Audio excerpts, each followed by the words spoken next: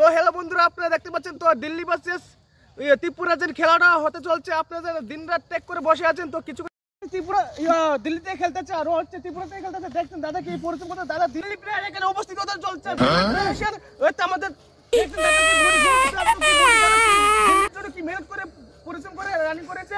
তো এটা হচ্ছে আমাদের প্লেয়ারটা, দেখতে পাচ্ছেন কি পরিশ্রম করে দাদা বডি বানিয়েছে। দাদা দেখতে অনেক চেষ্টা করছে, অনেক চেষ্টা করতেছে দাদা।